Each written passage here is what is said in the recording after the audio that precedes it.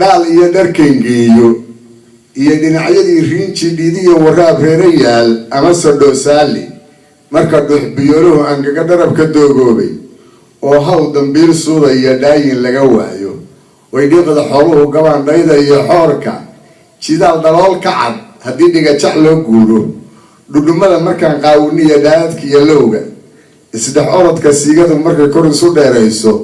dadku dhididka maantuu sidii dhari madoobaado dhalanteedka suudiga adoo dhoodi siman mooday dhaxdin iyo hamaynguul rarkoo awrta laga dhoobay ha loo dhaansha reeraha haddii hadal ku dhuunbeelo dhudub iyo hadday kuu simaan doolla kaa dugato waagoo dhag yiri iyo cirku dhalo madow saaray intaan haaduu dhirihiya ka kicin geedka dhaladiisa aroor dhaxan la weeye dadkoon dhar iyo suufaysan dhoomaha argeegta ah haddii dheegga laga saaro haddii awrta loo soo hordhigo kan ugu dheereeya dhabaha iyo tooraha haddii dhaanta lagu moodo marka taagga laga dhaadhacee dhanaqa loo hoobto oo dhagi bannaan iyo la tago dawda dhegadkeeda dhuubiya mataandheer raggii dhigaya yeelkiiye dhaaraan kolkii lala hariya hawl dhexgelideeda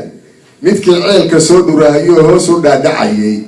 boodyaha dhexdoodiyo markii dhuunta laga qooday dhudhumadana aad looga xiray dhidibna loo taagay